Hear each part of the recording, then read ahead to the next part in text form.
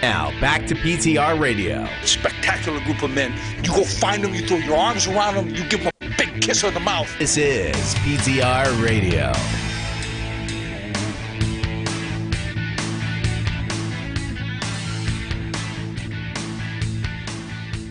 And welcome, everybody, to another edition of PTR Radio here on the fabulous interweb.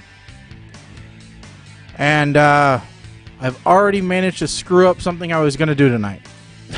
So, I was going to have a call-in contest, Mike.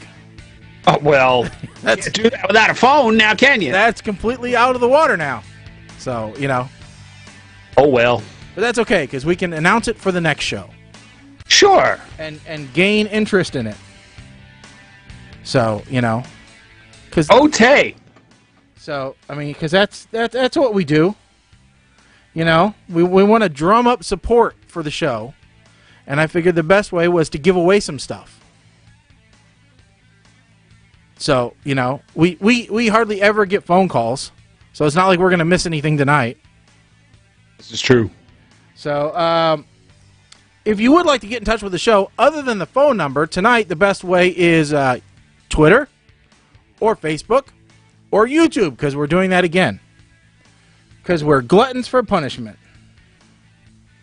That's right. So Mike will be checking out all of those. And periodically, yeah. Yep. So that's all available for him right now to pop. And if he likes your message enough, he'll pop it up in the video stream, and then you'll be famous. Because that's how things work. So with that said, we have a lot to get to tonight. Tons of articles that we peruse the web for. And then in the last portion of the show, as always, we have our double feature movie review. And boy, do we have a couple movies to talk about tonight. You know. Yeah, we do. We have none other than Antonio Banderas. And you never know. He might have called in had the phone been working. You know. And then we have another. And for once, he is not a bee. Yeah. Yeah. And and then we have another show called Riverworld that we will be talking about. Luckily, not the 4-hour one. Yes. No. So, you know, those are going to be towards the end of the show. And then once we're done with that, we will pick the movies for the next show. Because for those of you that are new to the show, maybe you don't know, we have what's called a double feature movie review. We pick 2 movies, we watch them, we tell you whether they're good or not, and that's the last portion of the show that we do. But before then, we talk about what's been going on in our life, what's been going on around the world, and we give you our perspective on it. This is an interactive show. We want to hear what you guys think about what we're talking about as well. Otherwise, you're just listening to us ramble on like I am right now. So, with that said, first of all, let's go around and say what's been going on. Mike, what's been going on with you since we were on last? Did I tell you guys about my public appearance on the last show? No, we completely missed it, actually. Okay. That's what I was looking a little confused about, because I know it happened before the last show. Yeah. But I don't remember talking about it, which is not surprising, because I forget a lot of stuff lately. And quite frankly, it makes me wonder if I am just having a round-the-clock, 24-hour stroke. Well, maybe not a stroke, but maybe it's the Heimer setting in early. God, I hope not, because I still remember stuff. Although today, my wife had to remind me that 5 minutes before that I had a show tonight, and my response to her was, "Well, that's usually because we eat dinner and talk a little bit before I go down for the show." She's all right. Well, let's back up. On the 9th, yep, I was the DJ/MC for New Beginnings Animal Rescue's first annual Night O Shenanigans, featuring the Pot O' Gold raffle.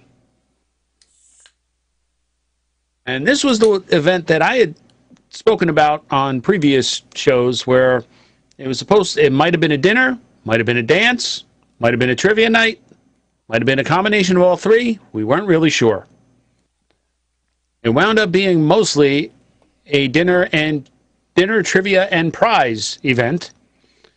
There was not much dancing, although I did have a couple of people do the cha-cha slide, and by a couple I do mean 2. and I had about a dozen people trying to fit on a dance floor that was half the size it should have been doing the electric slide.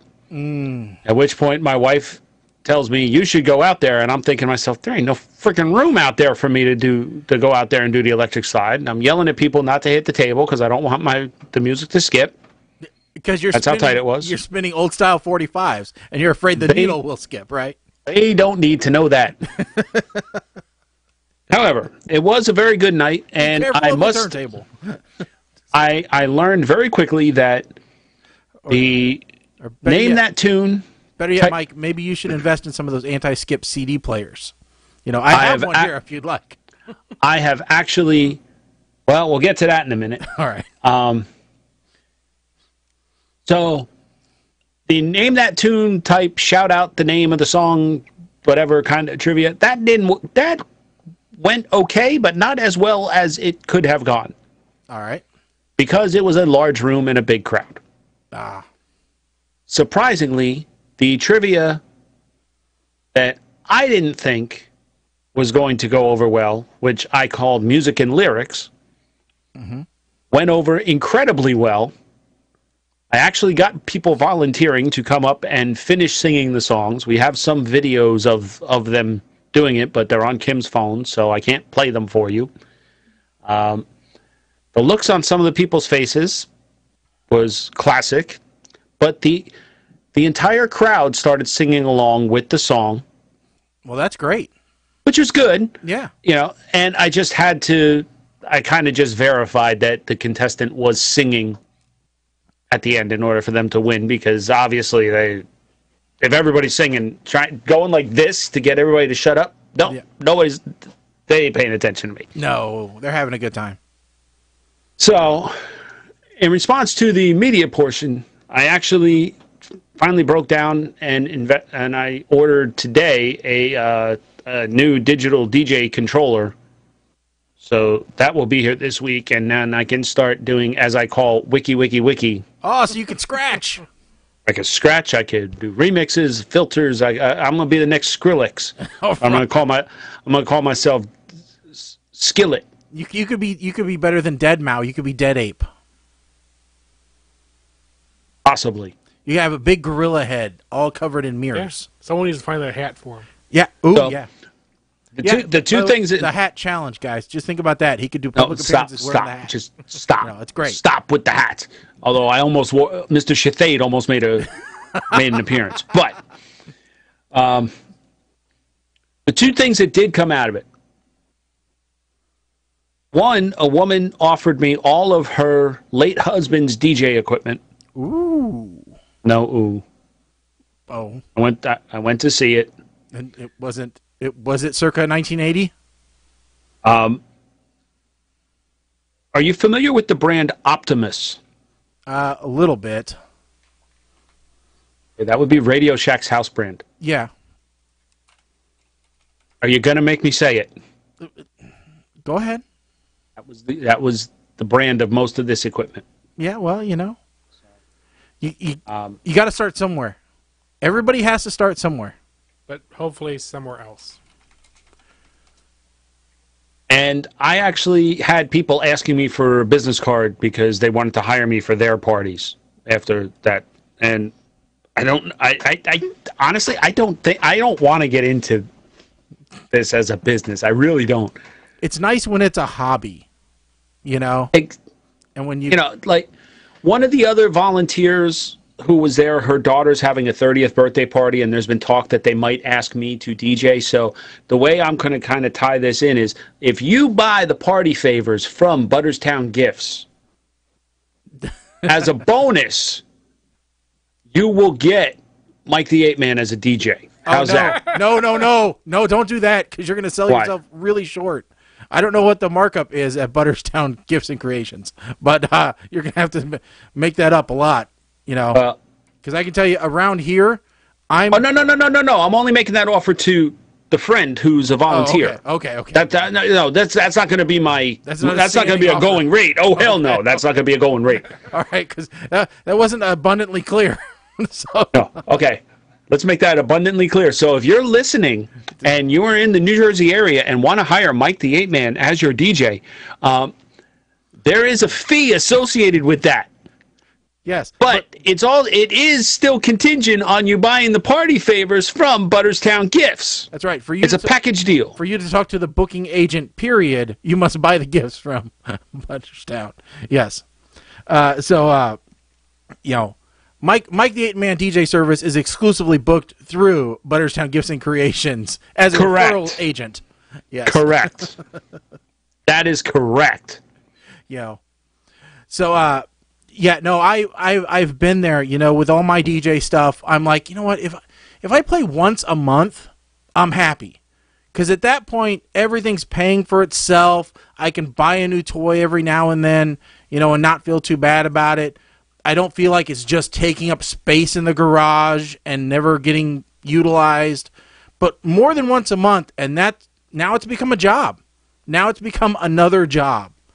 And, I love doing it while I'm playing. But the setup and the teardown is just a killer, especially when you're by yourself. Well, the setup, at least for the shelter events, I usually have plenty of time to set up. Yeah. And it's great when you have that. This is the first one where I've had to set up the afternoon of. Mm-hmm. So I set up, went home, relaxed for a little bit, had something to eat, picked up Kim, went back, everything was there, good. Previous events, I've gotten to set up the night before. Yeah, which is even better. Yeah. But the teardown. Well, and it's one of those things where teardown takes half as long as setup. But still, I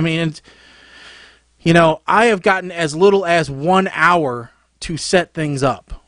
And that sucked. And that was for a wedding. I'm like, oh, this is not going to be a great time. Well, let's just plan as much ahead as we can. Now, this is where it comes into play that having pretty much 90% of my stuff mounted in the road case and all pretty much pre-wired has its advantages. Yeah. It's heavy as a son of a bitch. Yeah. That's exactly why my kit has evolved the way it has. Everything in my kit is all pretty much pre-wired, ready to go. In fact, my table is part of my rig. I don't carry a separate table. I actually bought the table legs that flip down, and lock into place, like the plastic tables. I mounted those on the underside of my rig in between the wheels. So when I get to a place, I lift up one end, lock the legs down, walk over to the other side, lift it up, lock the legs down. But now you have to be careful how much your rig weighs because you're having to lift the entire weight with one hand. Yeah. And and my entire rig is made out of wood, which is not known to be light in the first place. No. Let alone throw 100 pounds worth of gear in there. So I have, Mike, you could hire Colin to help. He could commute. I think she was talking to you. Because, I've also said, or we've joked many times that I wish I live closer to you guys because then the gig, we could help each other out at gigs. That would be awesome. Yeah. Oh, the fun we would have if all three of us were if we were within an hour and a half of each other, even. Oh God, it would be ridiculous. I know my wife would barely ever see me. It wouldn't be that much different than it is now, really. But we probably have to have shows more often. Yeah, well, we'd call them shows. But it's just I've brought people in to help, and sometimes it works and sometimes it doesn't. Mike, I don't know if you've ever had somebody try and help you tear down.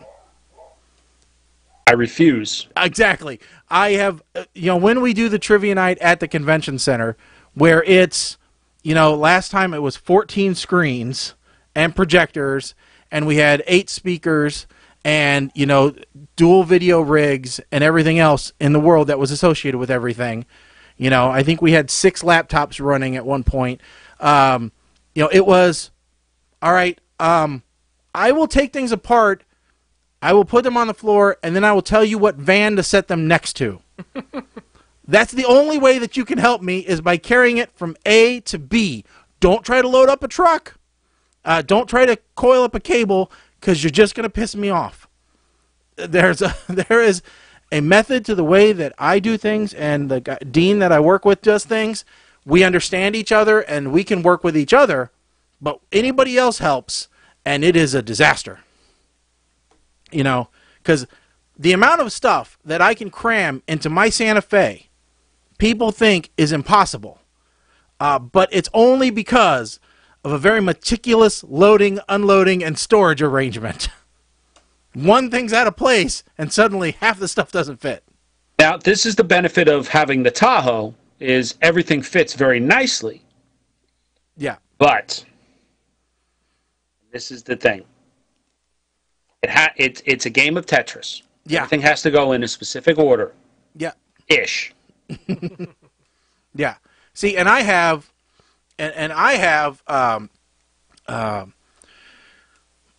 what the heck were they in pirate boats? The holes, the hidden areas of the ship. Yeah. I forget what the hell they called them. But basically, underneath the floor of my Santa Fe is extra compartments. Okay. So it's that stuff has to go in. Whatever goes in there has to go in first. It has to go in absolutely first, and then the next stuff that has to go in is the floor well stuff in the back passenger seat. Because then you can lay the passenger seats down, and now you can start loading stuff in. But again, because those seats kind of incline a little bit, now you have to. There's only certain stuff that can go up forward. Yeah. And you have to make sure that the stuff that went under there fits, so it doesn't get crushed when the seats go down. Yeah. So let me just tie into something real quick here. I used to have this issue with my Jeep. Mm-hmm. When it came to, it was my biggest fear with the Jeep was when I had the back completely loaded with stuff, getting a flat tire. Why? Because somebody was concerned that, or somebody thought it would be brilliant to put the spare tire underneath the floor of the cargo area to save space. It looked great, but guess what? If you're fully loaded in the rain and you gotta, no. Anyway, I don't know if Mama Blair just tried to call, but so that was the event, and there will be others at the shelter as the weather warms up. I can say that by the end of the night, I just want to go home and punch somebody.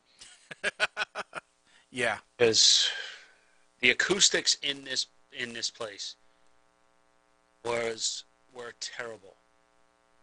And when I tell you that I had to mess around with levels all night long to prevent any kind of feedback, I am not even joking. All night long.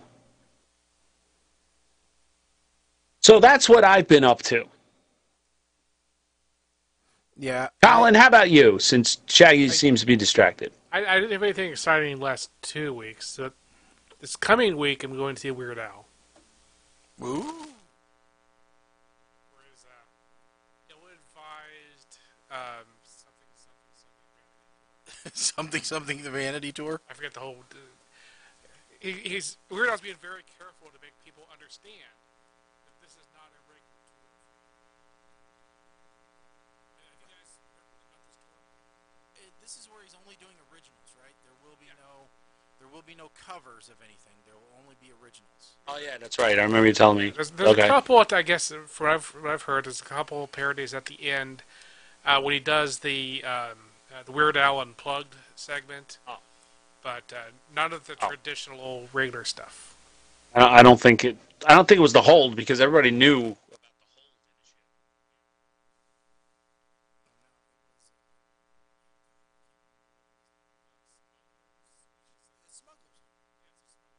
hold Smugglers hold. Okay. Yeah. And then he has a comedian who's opening for him, which is Emo Phillips.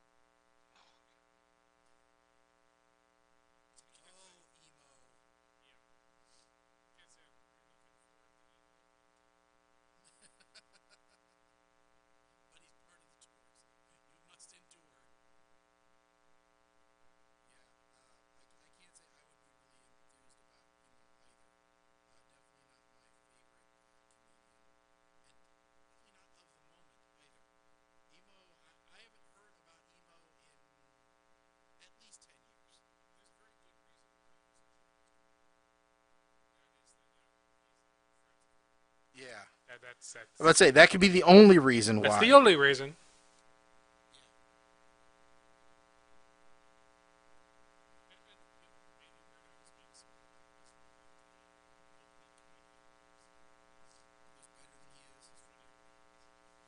I guess that could be, but it would be pretty. Well, you'd have to go a ways. People go to Weird Al for a certain thing. It's not like he's gonna get Rodney Carrington to open for him. I mean, that would be dumb. Yeah. So Or Ron White. yeah. Well, I was thinking specifically of people that do parodies. Yeah, I know. I was thinking like Ron White, who just comes out as a parody of himself, doing the exact same thing. How many times can you do a story about being Taylor Swift?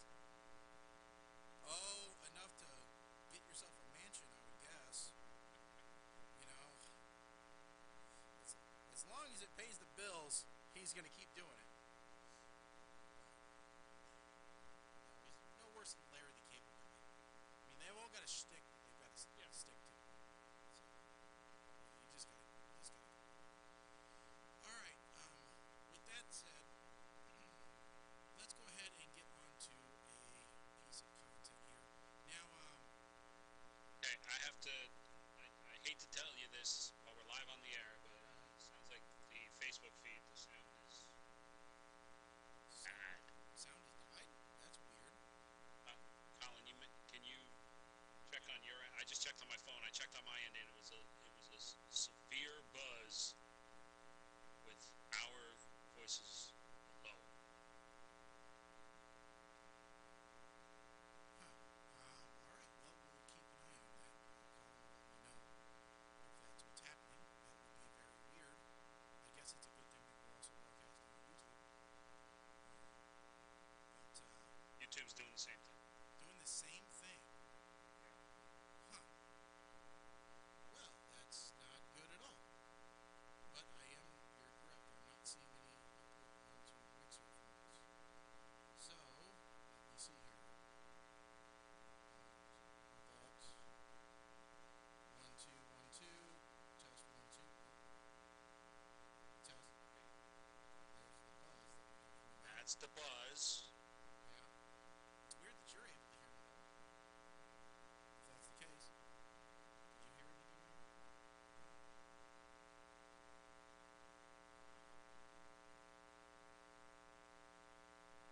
Check 1 2 1 2. All right, so Mama I'm Blair is seeing confirming.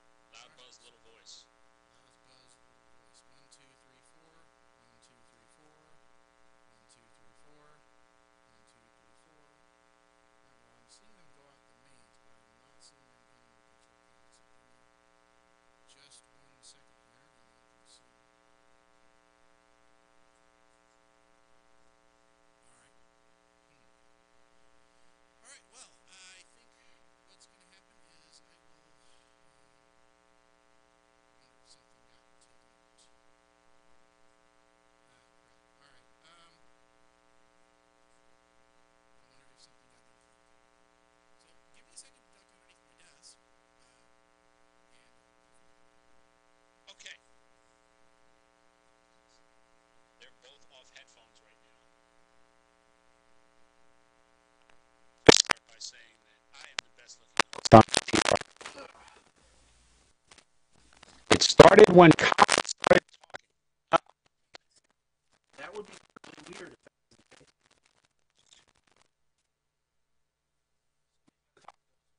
I am the absolute best looking host. The other guys are just, they just make me look better, is what they do. And unfortunately, I'm probably going to have to completely do my diatribe about doing trivia and hosting events all over again. Well, no, it started when Colin started talking, so you heard all about the event. Did not hear it until Colin started talking. So, Colin, maybe it's your microphone. But something just went click, and something clinked again and again. HIMS, what?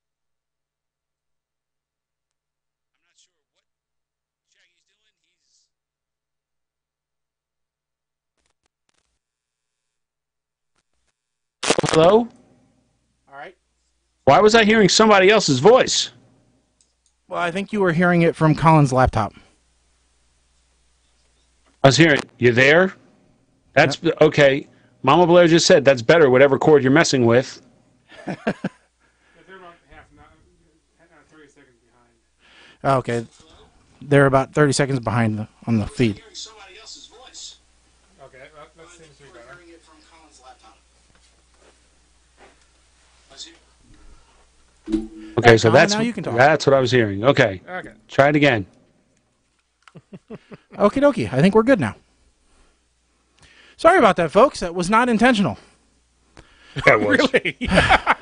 No, I didn't mean to say, hey, let's screw everything up when Colin starts talking. So, Colin, say something again. Let's see if we can break it. Okay. I've said something. Everything looks good. Yeah. So, I think maybe we're in good shape. Maybe not, though. Who knows? Anything is possible at this point. Mike. Well, it sounded. YouTube sounds a little better now. Okay. Well, it should sound fine. I'm seeing the levels go where they should be going. Hello? YouTube's probably even further. Now it's working. Somebody else's voice. Holy Christ! Yeah. Ow! YouTube's probably a minute behind if Facebook is 30 seconds. Okay, so let's let. All right. That reminds me about one other thing that I need to tell you.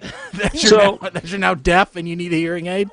Well, it's funny because I'm holding my phone up to this ear listening, right? Yep. So yesterday, I actually had gotten a smaller DJ controller that I was told would work with my DJ program of choice. Mm-hmm. And lo and behold, it did not. But I tried it with another program. And here's a free tip, Shaggy. If you decide to get a DJ controller, like a MIDI controller. Yeah. Okay? When you hook it up, before you start playing any kind of music, turn every single volume and slider. Do the full range. Because the headphone monitoring, I was using these phones and I only had the right ear in. And I didn't do that. So I cue up a song and it's loud as can be. Because even though I had the volume turned down, because I didn't calibrate by turning the knobs all the way. So now I'm deaf in both ears. That can be a problem. It's yeah. Always start with volume at negative infinity. And whenever trying no, the volume was, but because this is a software controller for the software had no idea where it was until I went max and min and max again to kind of set everything relative to. Yeah. All right, so Weird Al. Yeah, Weird Al. Yeah. He's going to see Weird Al. Yep. So, now you did invite me to go see a movie on Sunday. Yes. Unfortunately, I was busy working most of the weekend. So What movie? Pacific Rim 2. Oh, you mean the movie that knocked Black Panther out of the #1 spot finally? Barely. Which, by the way, I went to go see Black Panther. Not this last Sunday, but the one before. It doesn't matter barely, okay? The fact that it did, that's all you need to make it in the record books. They could have made $1 more and knocked them out. And that's it. Yep. Doesn't matter that Black Panther was in the #1 spot for 6 weeks and made over $1 billion worldwide. It is now officially the top money-making superhero film of all time. Yep. And like I said, it actually was pretty darn close to still being #1 this weekend. Now, this coming weekend, we'll see. I think. Oh no, because isn't Ready Player One coming out? Yes. This week. Okay, yeah, Pacific Rim. It was 1 week, good run. Nice knowing you. It made its budget back worldwide. Well, it's probably going to make a lot of money, but not in the U.S. That movie was specifically made for the Asian market. And the last one didn't do well. Until they didn't greenlight a sequel until they got the box office from China. Right. So I'm fully aware of that, and I'll wait for it to come out on video. Well, of course not. But it was good. I mean, I enjoyed it. Yeah, I tell you what, I went, like I said, I went and saw Black Panther a couple weeks ago. I took my grandson and my daughter to go see it, and so I went, and I went to the recently renovated theater. Oh, yes. with the reclining seats and everything. Now the movie wasn't in 3D because it's been out for so long and everything. It was just regular theater, Yes. view, but I didn't care. I still really liked the reclining seats. Those were nice. Mm-hmm. Although I will tell you this, my rear end hurt by the time the movie was over, and that never happened in the old seats.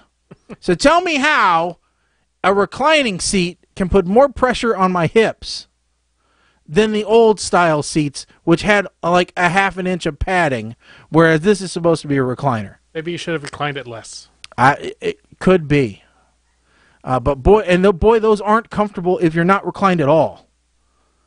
And if you're reclined a little bit, it feels like you're going to slide right out of them.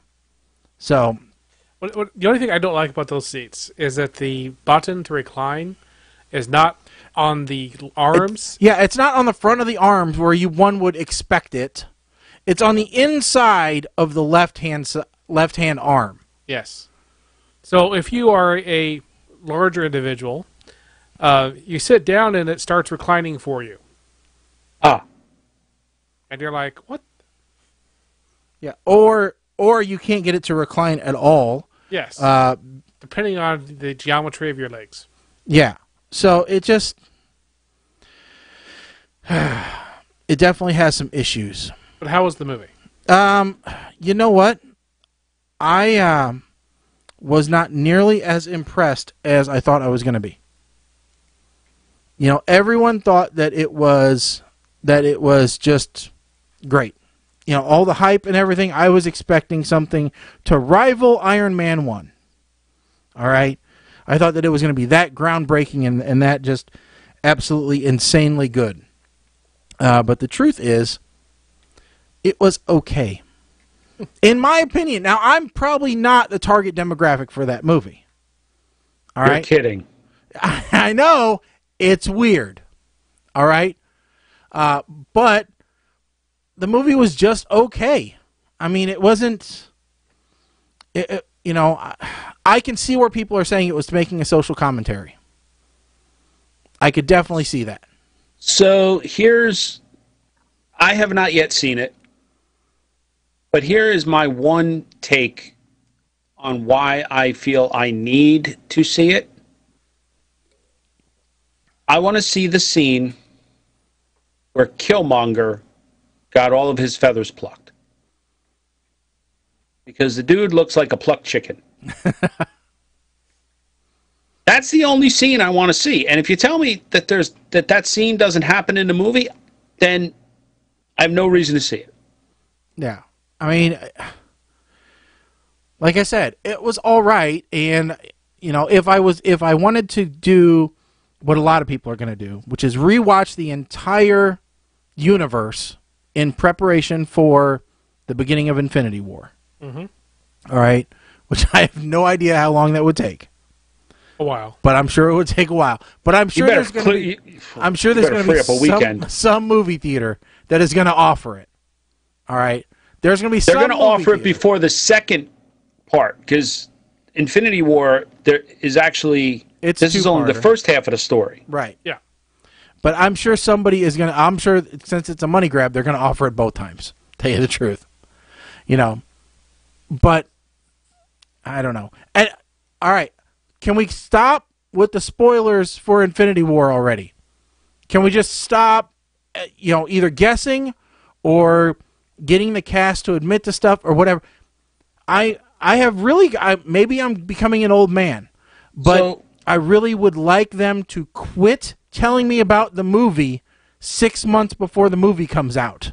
So Mama Blair's comment that just popped up about the costuming and tribal customs, that was actually about Coming to America. That she's stating about that. Mm-hmm. About the customs from Zamunda and the costumes from Zamunda. No, I'm kidding. It's Black Panther. But it would apply to Coming to America. Yeah. Oh.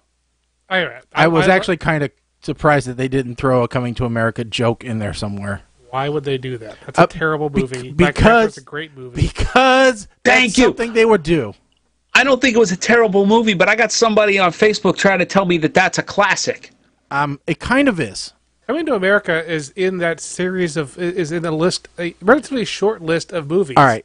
That I have never finished. Okay, what about?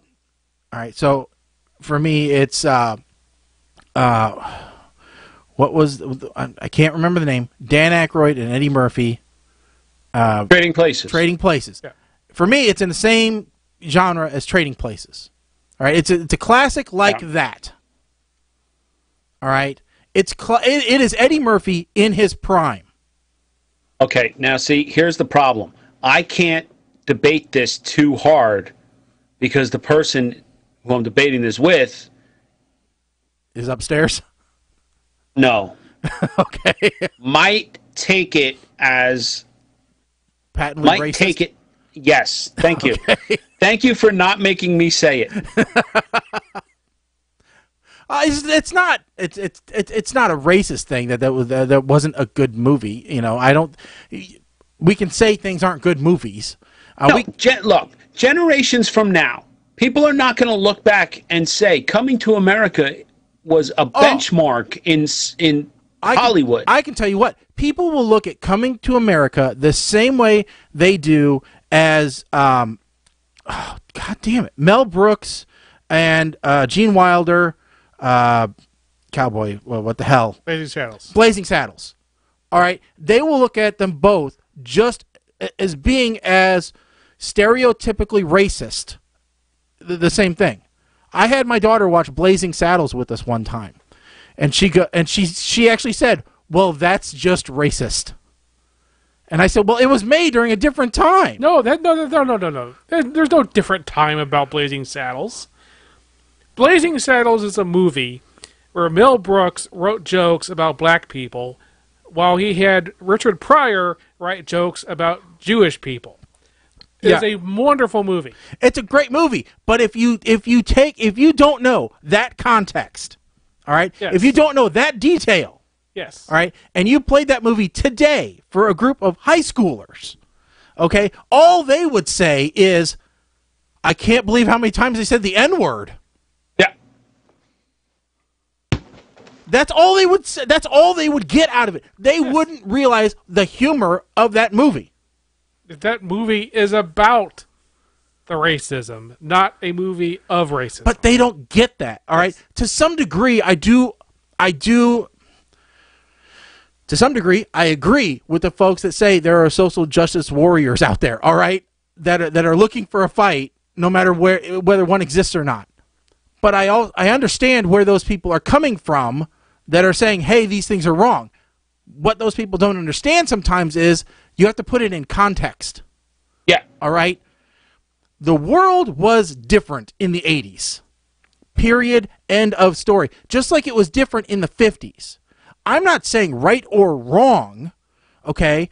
But in the 50s, the commonplace theme was a woman's place is in the home, and, you know, some men had a girl Friday. All right? That was the common thought pattern. All right? That was just the way it was. We have evolved from then. But it doesn't make back then wrong. It just makes it what it was back then.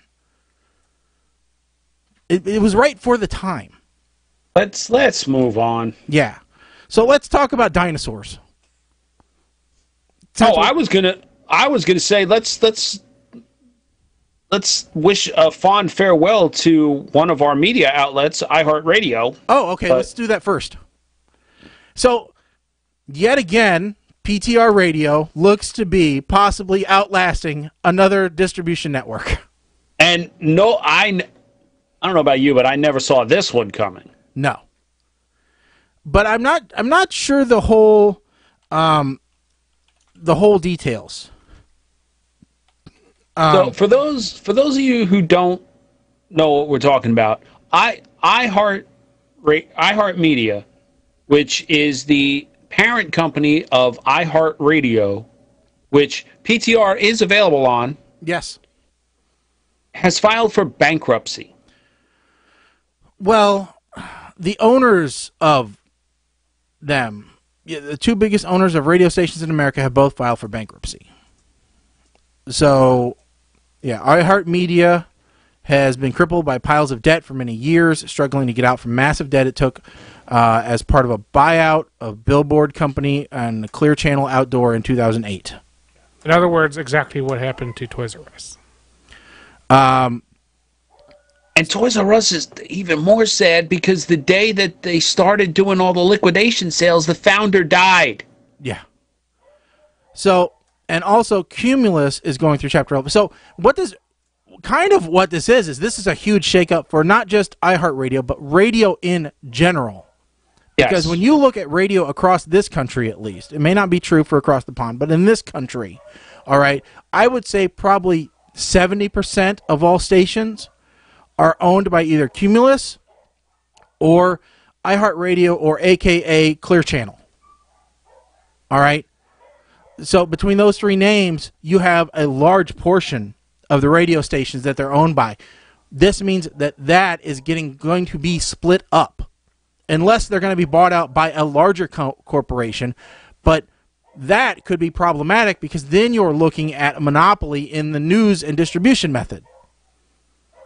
You know, so, and hopefully the government wouldn't allow that, although who knows, maybe they want to control what you hear and see. You know. It depends. I have to look what kind of bankruptcy they're in right now. Right. Chapter 11. Okay.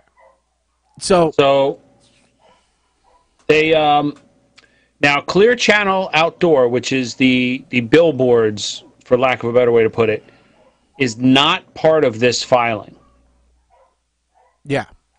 So, and the other big thing that they point out is so many people are turning to Pandora and Spotify and other streaming services that over the radio. Look, when you buy a car now, it's not it comes with HD radio, which is cool. Which was a huge marketing flop, by the way. Yeah. Companies spent hundreds of thousands or millions of dollars converting to HD radio, thinking that was going to be the savior of traditional broadcast radio. But the point is, people didn't care about clarity, they cared about choice. Oh, it's worse than that. Have you ever actually used an HD radio?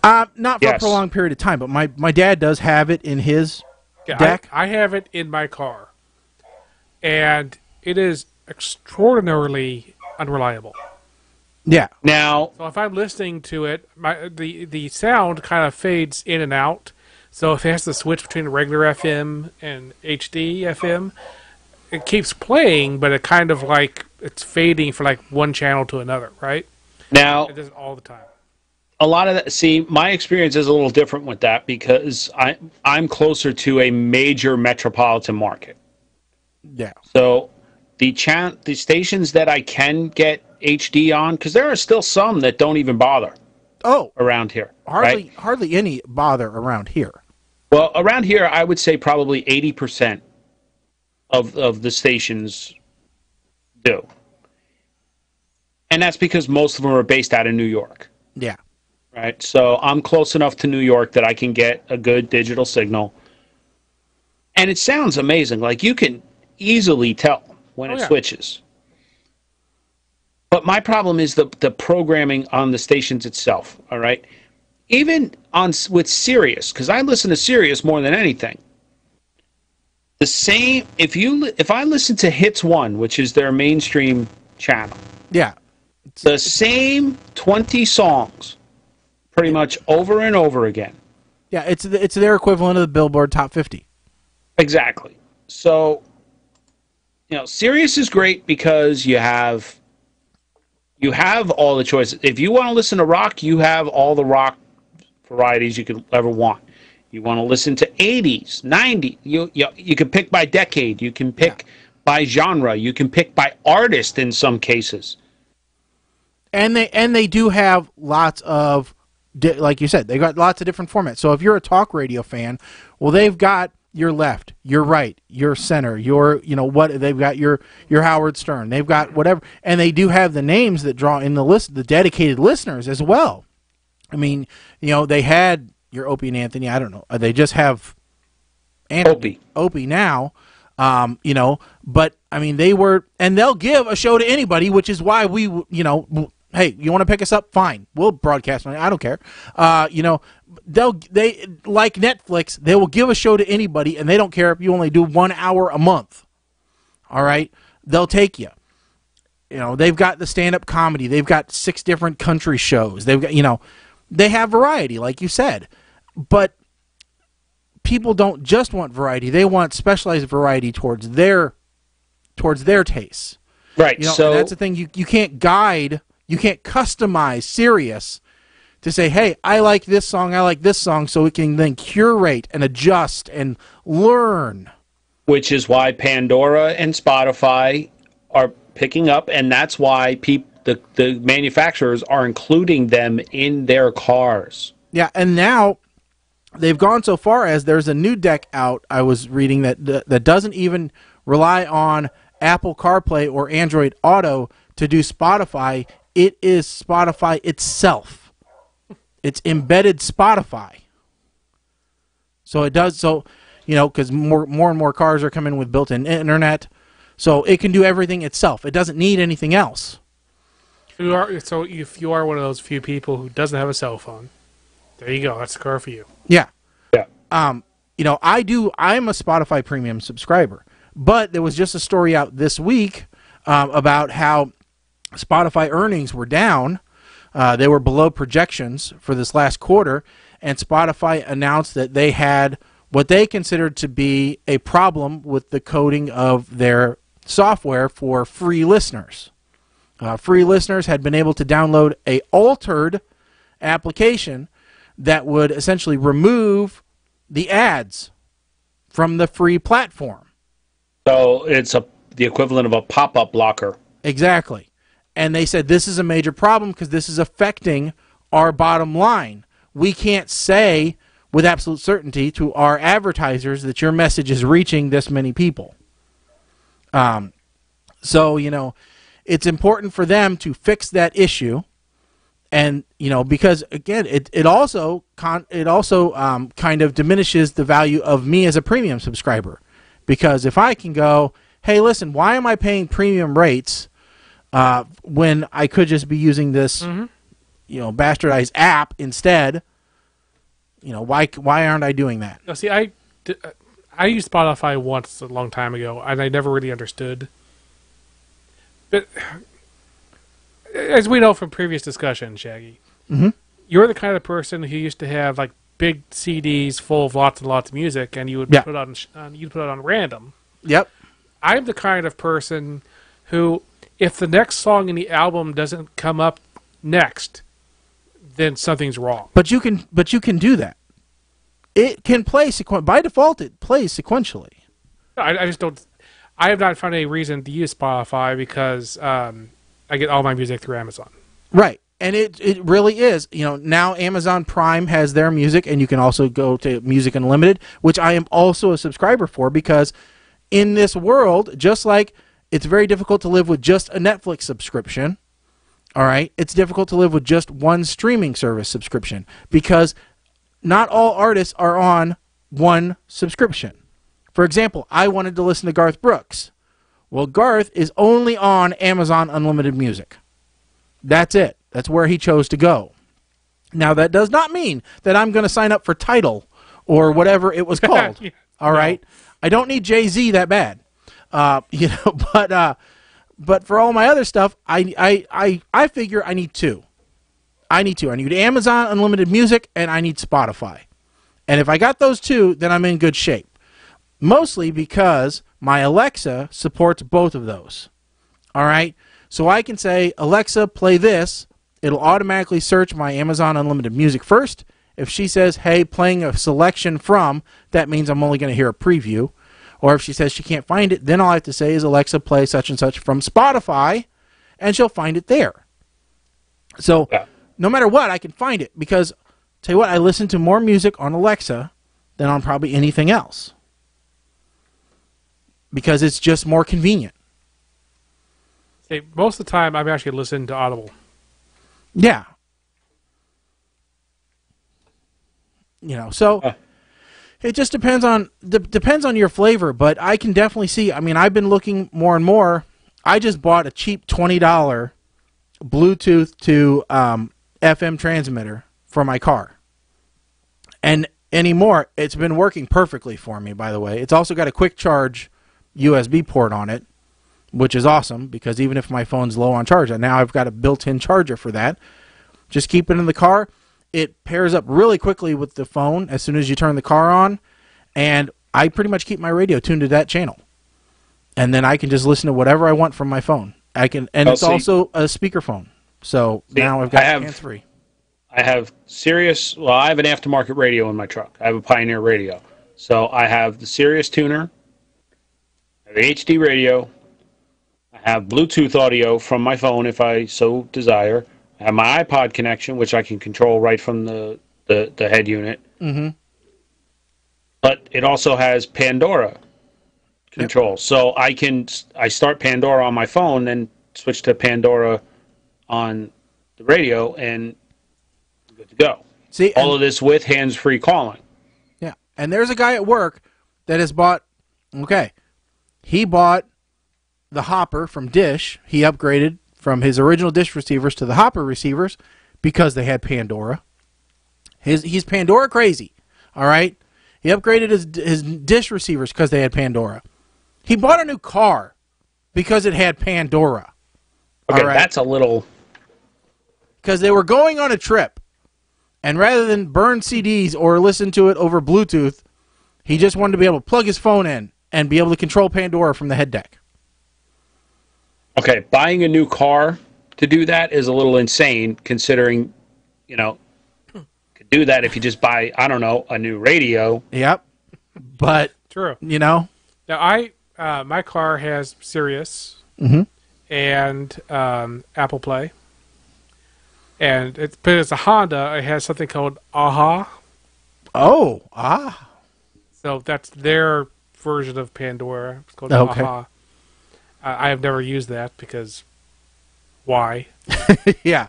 Because you can only listen to Take On Me so much. I thought maybe it was going to be turning Japanese.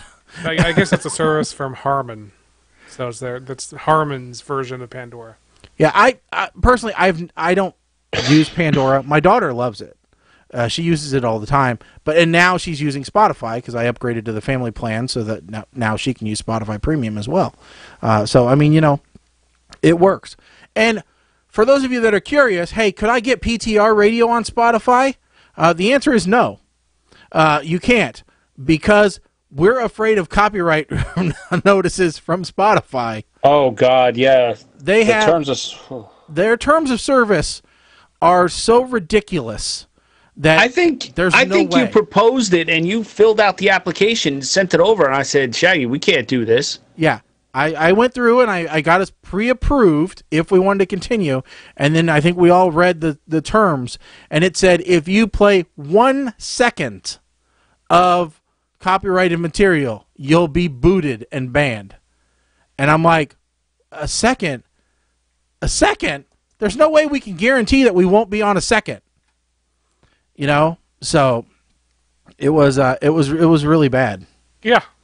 So we just decided that we weren't going to do that and subject ourselves to that. So all right. So that's that. Let's see here. I did want to talk a little bit about dinosaurs. So in Eloy, I think this was actually Eloy, Illinois, if I'm correct on this. But I might not be. It might be someplace else. It may be Eloy, Arkansas. I'm not sure. But there was a 911 call of interest, and I thought that we should listen to it. All right, so here is the 911 call. Maybe. Oh, hold on. There's like 7 seconds worth of funny noise. Do you want a police department? Hi, do you have an emergency going on? Because I'm going to ask a dumb question and I don't want to hold you for something that different. No, ma'am. You're okay. Go ahead. What's this about dinosaurs coming to Eloy today? Yeah, I'm not usually on. She said, "What is this about dinosaurs coming to Eloy today?" To 911. She called 911 because she heard dinosaurs were coming to town. On day shift. I'm usually on night shift, so I have no idea. But let me look it up on Facebook for you. And the 911 operator says, "All right, sure." Now, normally we're used to the 911 operator going, "Ma'am, this line is for emergencies only." No, this fine young, call the operator says, "I don't know. Let me check Facebook. It's always got news."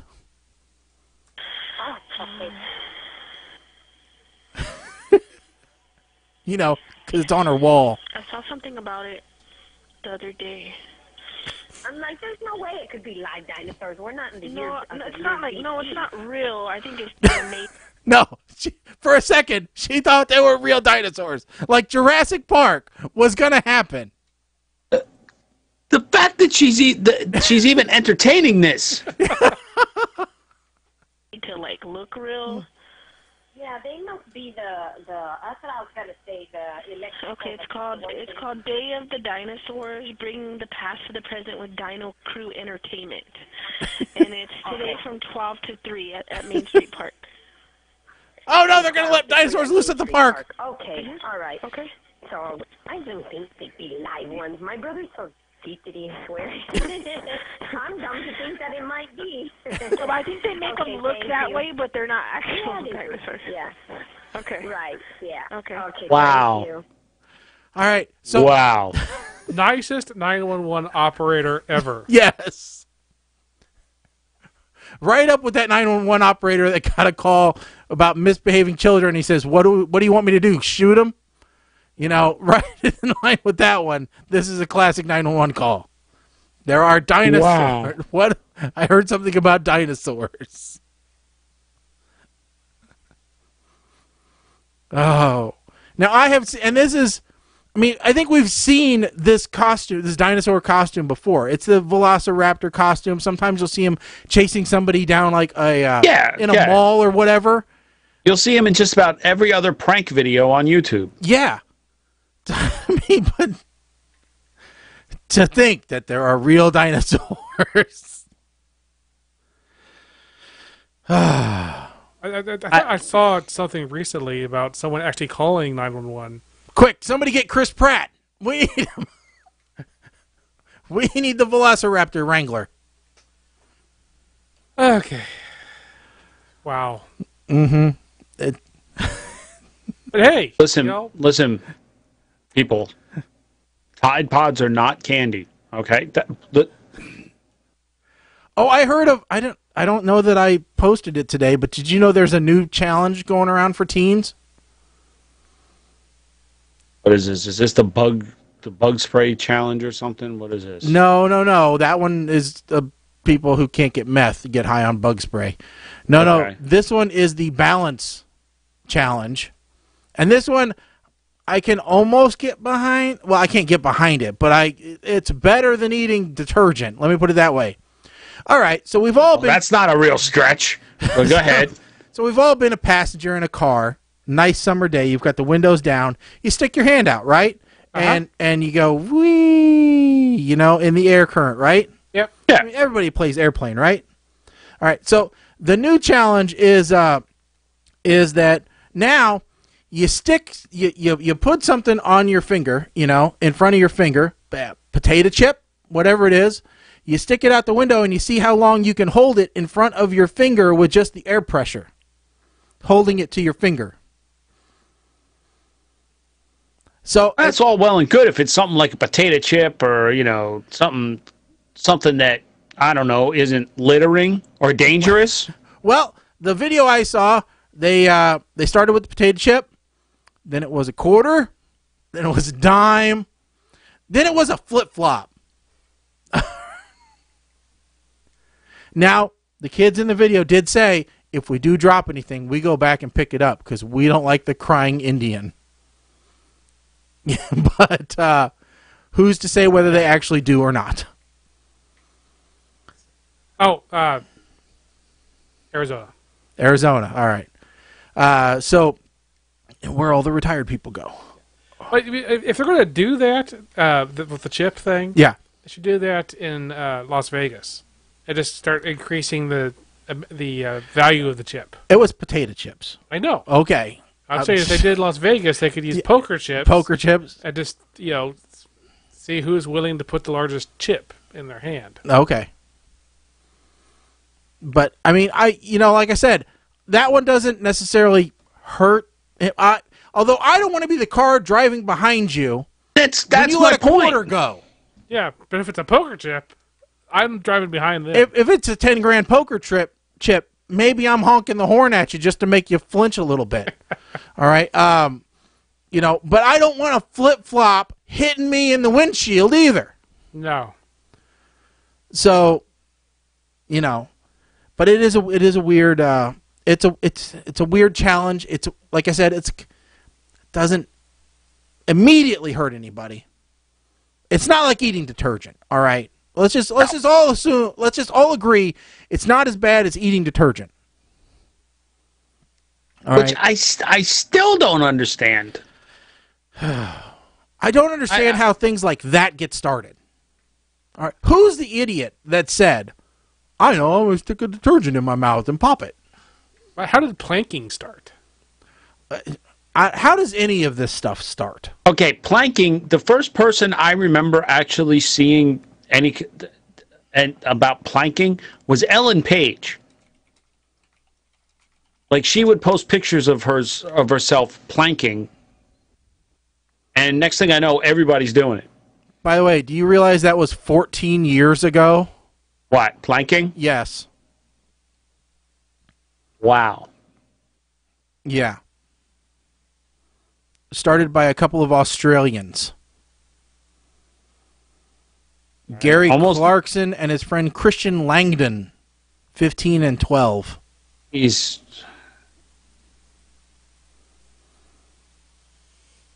can't. It makes you feel old, don't it? It's ridiculous. All right, let's talk about our least favorite ginger. Or at least the one that's setting the bar so high for guys that we can never attain it.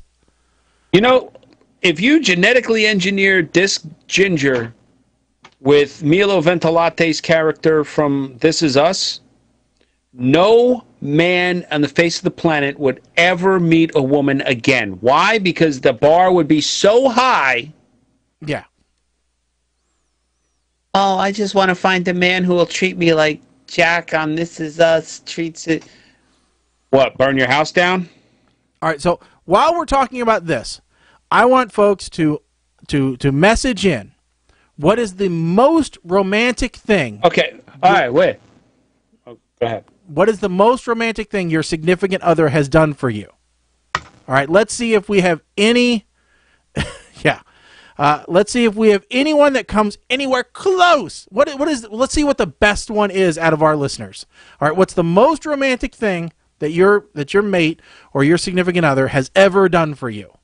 Be it before you were married, after you were married, while you were married to somebody else, whatever it is. All right, let's see if we can find the best of PTR Radio, and go from there. Right, so message in. I have to interject there because Mama Blair was complaining last week of the huge delay between when we say something and she comments and then it finally shows up because of the juxtaposition. Okay. So what's the most romantic thing? Chugging milk. It doesn't, All right. Okay, and again, Mama Blair, you have to understand, I don't stare at, like, if we're talking about a story and I go looking online, that hides the comments. But the comments do show up in real time on the Facebook feed. Yeah, when we see them. 23 seconds. Yeah. Right. So it will actually, you'll see the delay. Like if you watch the feed afterwards, you'll see your comment pop up in the comment section, and then you can see how long until it pops up on the screen. Yeah. Which is kind of trippy when you think about it. Yeah. Yeah, the only reason I brought it up is because that juxtaposition was quite funny to me. Oh, yeah, well, that's... That's why I asked for it before we got into the story, so that we would have time to chime in. Okay. So what's the most romantic thing your significant other has done for you? Now, the ginger in question that we're talking about, the soulless ginger, is Ed Sheeran. All right? Now, for those of you that don't know, I don't know how you couldn't know, but Ed... For those of you who don't know who he is, just...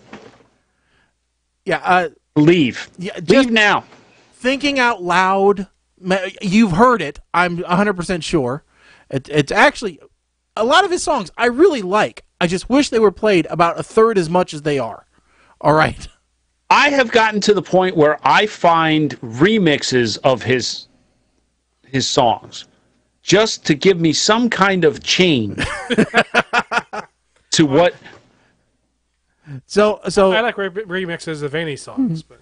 So Ed Sheeran is engaged to Cherry Seaborn. All right. Now, before I tell you what's happening now, let me tell you that they were kids in school that were together. Okay, elementary school. They went through high school together. They were never really involved in high school. Okay, they were friends. That's about it. All right. She goes off, becomes a stockbroker, analyst type thing, right? He goes off and becomes Ed Sheeran, who everybody wants. Okay, now he's visiting, I think it was New York, and kind of says, "Hey, I'm in town. I thought I'd look you up. Do you want to get together and go out or do something?" And she's not thinking that she would say yes. She says, "Sure." And he goes, "Oh, I've got to go to a house party tonight. Let me just make sure that it's okay that I bring you along." Yeah, the house party that he was going to was Taylor Swift. All right, so their first date was a Taylor Swift house party. Yeah, I'm done. All right, movie and a dinner is not anywhere close. All right, I can't compete with this. This is ridiculous. All right, I don't know. Movie and dinner and a movie is typically my first date. All right. If there's not a dance or something going on, that was usually dinner and a movie were my first dates. Now, Colin, you have been out on dates. Yes. So what was your typical first date? Movie. Mike, how about you? Dinner and drinks. So this way you could talk, get to know each other, maybe walk around like and get ice cream after dinner. Yeah. But movies always came later because it's very weird. Well, okay, movie was when you were a kid because you didn't know how to make small talk. Well, I was a little young at 15 to be going out to the bars, so yeah, my dating style never really changed. So occasionally, when I got to 21, 22, then drinks out that happened. But but none of us were hang with Taylor Swift. Okay. Yeah, you could probably beat that with party at Oprah's house? Hang with Barack. Barack, yes. Making s'mores with Jay-Z and Beyonce. Yeah, that maybe we could beat it with that. All right? If we knew any of those people. I mean, of course. Okay, about as close as it gets is come hang out and drink beers with. Maybe I can get Big Sal to come by. That's about as close to a celebrity as I'm going to get. I know. Maybe a double date with Brad and Angelina. All right, that would be about as good. That would match. Maybe that might exceed Ed Sheeran. But for me, it'd just be finding two people named Brad and Angelina that aren't famous. Okay, so all right. Here, in response to the romantic thing. Yeah.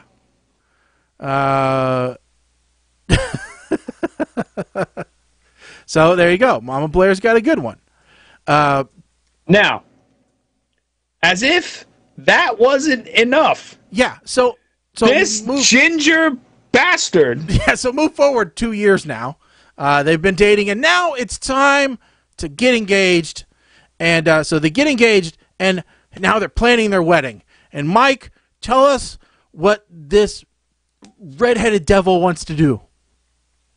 He is building the church on his property that they will get married in. Building the church. Building the church. Yes. So that she can have her dream wedding. With the church is being built to their specifications. This is a no, okay? This is a non-starter. It's bad enough when your bride wants specific colors and flowers and all. Look, Shaggy's married. I'm married. Anybody who's been married knows that the groom is nothing more than a prop at the wedding. That's it. That is the groom's job. You are a prop to make your bride look good. Mm-hmm. And it is her decisions. When we were planning the wedding, I reserved veto power. That was it. I didn't get anything I wanted, okay? I didn't get the wrestling belts as cummerbunds with the tuxedos. I didn't get the wrestling music entrance theme. I did not get the flash mob entrance with everyone. No. Nothing. This son of a bitch is going to build a church. Build the church. No. You know what? If I had that kind of money, maybe I would build a church. All right? I thought it was impressive on Little People Big World when the younger brother got married. They moved the church on the farm so that the sun would set behind the church and it would be all beautiful. Actually moved it. No, he's building it. Yes. Not just anything. This is just like a timber frame. Quick, it's a no. The chapel is being built out of flint in Saxon style with a round tower. Yeah. So it's not like timbers. He's building a true, like, Gaelic church. All right? People are going to have to come and do masonry work. So not only is he a ginger, he's a ginger who's probably points out every chance he can that is he Irish or Scottish? I'm going to bet Irish. Okay, well, if you're hanging out with him, you would know because he'd tell you he'd shove it down your throat every chance he got. Yes. Now, just for the semantic differences. Yes. It's a chapel, not a church.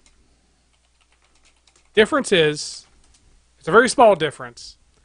A church has a dedicated priest, minister, someone there who works there, and a chapel does not. A chapel is just a building that can be used, but that does not have dedicated staff.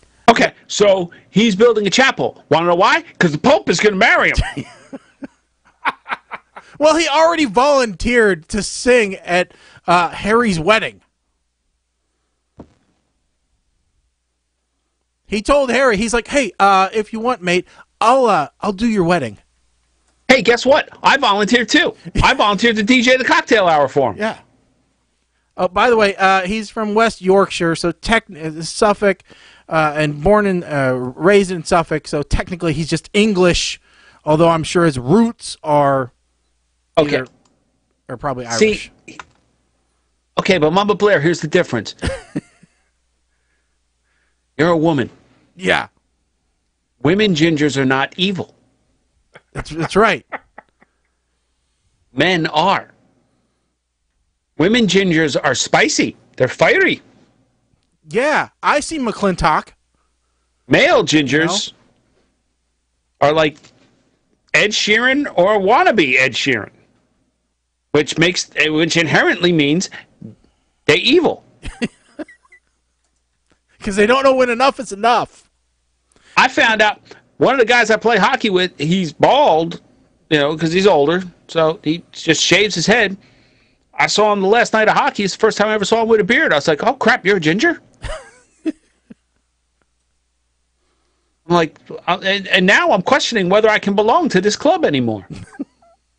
I can't play hockey with a ginger. He's a ginger. I can't play hockey with him. I mean, that makes me evil by association. You're 6'7". I mean, you know. Hey, by the way, turns out you're correct. Yep. As far as anybody About the can tell, Pope. he is Catholic. Yes. So They- could be the Pope. Oh, it will be. It's at least going to be a cardinal. Be the Pope? All right. Okay, but listen. All seriousness, all kidding aside here. Mr. Ed Sheeran. Going to throw this out there. I am ordained. So if you would like a celebrity to officiate your wedding, Right. I will make myself available. I'm just going to throw that out there. All right, I'm volunteering. I'm double checking here, Mike, just to make sure. And Well, you know what? It would only make sense because he officiated Courtney Cox's marriage. So wait, who? Ed Sheeran did. I'm sorry. What? Ed Sheeran is ordained? Matchmaker Ed Sheeran to become an ordained minister so he can marry Courtney Cox and Johnny McDade. This does not compute at all. That was back in 2015. This. Yep. But yeah, it's just crazy. Just crazy that he's setting the bar so high. Now, what was that? Okay, you're young. You look good, except for that ginger hair. You know, you're rich. Wait. No. Hold on 1 second. No. Okay. Well, He. okay, fine. He's young. He's rich. He can sing. After months of training, he can dance. And how did I not catch on to the irony that the ginger is marrying someone named Cherry? How did I not catch that irony in the first place? He's marrying someone who's successful in her own right. All right. Good. She don't need his money. I really hope he gets erectile dysfunction early in life. All right. I just want something bad to happen to him. Now, Not like horrible. Not like a disfigurement. I don't want like another Def Leppard drummer. What we I just said, want, you know. well, when we talked about this originally, the one thing we said that could top this is if he had the entire ceremony, reception, cocktail hour, after party, the whole 9 yards at Katy Perry's commune that she's suing the nuns because she wants to live in this. Well, let's lay out the whole story. Is Katy Perry redhead? Is she? I'm just curious because I think she might be a redhead because she is an evil female ginger. She's just an evil female that she wants to kick nuns out of their convent so that she could live there and have tea in the garden. No, she's a blonde pixie is what they say. I would say dirty blonde. She is not a natural blonde. Hell no. They have pictures of her when she was a child. I don't think she was dyeing her hair back then. You ever hear of sun in? It's a lot of brown with streaks of white. Or streaks of blonde. So I used to like Katy Perry. I really did. She was my free pass. Not that that was ever going to happen, but I mean, even after she married Russell Brand and got contaminated, I still, she holds a special place in my heart. yeah. And I would be more than happy to be held in a special place by her heart. Yes. But what the hell kind of person are you that you take nuns to court and drive one of them to have a heart attack and freaking die? Well, but wait, in the court. Wait just a second here, because for once I'm on Katy Perry's side. Why? Because the property was up for sale, and she by said, somebody who didn't even have the right to sell it. Are you saying that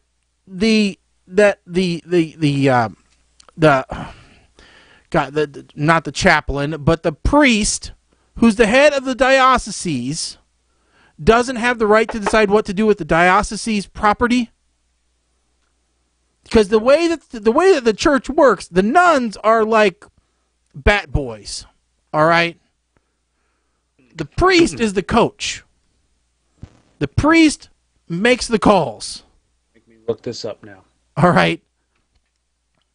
But the nuns don't have a say. They have a say in the operation of the convent, but they don't own the property.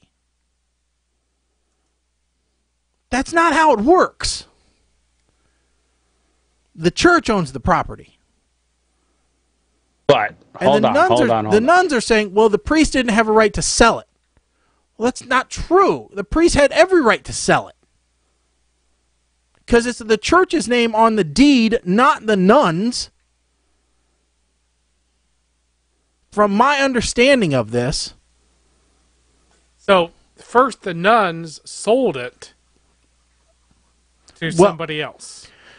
Katy Perry bought it first. No. Then according to the court reports I read, all right, it said Katy Perry had bought it first, and then the nuns went and looked for another buyer so that they could block the sale, so that they could basically sell it out from underneath Katy Perry because they didn't like her. And so they even admitted they went after another buyer. Another buyer didn't come to them. They went and found another buyer. Okay, so here's what happened. They sold it in order to cover their living expenses. The nuns sold it to restaurateur Dana Hollister. And Hollister already moved in. But Archbishop Jose Gomez claimed the property belongs to the diocese. He was negotiating with Katy Perry, who's willing to pay. The nuns sold it for $15.5 million to restaurateur Dana Hollister. Perry's willing to pay $14.5 million in cash to Archbishop Jose Gomez. So the question is, who has the right to sell? Who actually has the right to sell? And I'm going to tell you right now, the sisters, or sister anymore, does not have the right to sell. The diocese owns the property. That'd be like a renter trying to sell the apartment building. It doesn't work that way. Yeah, but the problem is that apparently the nuns themselves are the ones who bought the property in the first place. Where did women who took a vow of poverty find $15 million? No, it was well, I'm sure it was less back then. It was a lot less back then. But I just don't see where that could have been the point, because all purchases for the church go through the church, traditionally. Now, I'm not saying that I know all the details, but I would find it extremely hard to believe that the nunneries went through and did the purchase. Because it's just not traditionally how it runs. Because everything is usually tied back to a church. Here's where it comes down to. The majority of the Immaculate Heart of Mary sisters agreed to let the Archbishop sell the convent back in 2014. So that's the actual basis for the right to sell. Archbishop to be the one who sold it. So with that in place, they really don't have a leg to stand on. And one of them isn't standing up anymore anyway. So as Mike alluded to, this was two nuns that were really fighting this. One of them has since passed during the conflict, and there's one remaining. But the most important thing here is that because it is church property, and because it's being sold for more than $7.5 million, that any sale has to be approved by the Pope. So that's the actual thing that's saying, well, the Pope has to approve it. The Pope didn't approve the fast sale that the nuns put together, so. Yeah. All right, so it was voided anyway. Either way, yeah, Katy Perry's evil. That's all there is to it. Katy Perry is evil. No, she is evil. Why is she evil? She's evil. She's trying to buy the property out from underneath the nuns. No. No, The nuns don't even live there. Yeah, the nuns aren't even there. The one remaining nun that's trying to fight this is now broke with breast cancer and has no place to live for the rest of life. If Katy Perry was a good person, she would say, look, I will cover your medical expenses and you can live in this chapel when Ed Sheeran's done with it. She's going to contract. You can live out your days Ed right Sheeran here. to build Kind of like how Hugh Hefner sold the Playboy Mansion while he was still alive, but basically said, I'm selling it to you, but you can't kick me out. So when I die, it's yours, but you're letting me live here rent-free until I'm dead. And the guy was like, sure, no problem. And now he's trying to turn it into a luxury hotel with rub and tugs. But if Katy Perry went to the nuns and said, look, let's settle this. I would firmly believe that she has tried to make a decent offer, and they've refused. They seem pretty bent on, hey, we don't want California girl living here. Yeah, that's true. They don't like Katy Perry's image, and I can't say I blame them. Anybody who hangs around with Backpack Kid, I don't blame them. She ain't. I wouldn't either. All right. It is 8:30, and yes, it is. Look. All right, folks. Bad enough. It is 8:30, which means that it is time for the double feature movie review. Once again, for those of you that may be new to the show, this is where every show we take two movies. This is inspired by the Netflix, hey, you might like these films since you watched these other ones. And so we go out and we find those films that it says we might like. We pick two of them, we watch them, and we tell you whether they're any good or not. We judge on a scale from puke to shnikes, shnikes being great. This week, the two movies up, Riverworld and Security. So, Mike, which one do you want to do first? Let's start with Riverworld. Riverworld. All right. And Colin, would you like to go first? Sure. So, Riverworld is a relatively famous, within the science fiction world, series of books by an author named Farmer. I think it's like Jose something Farmer.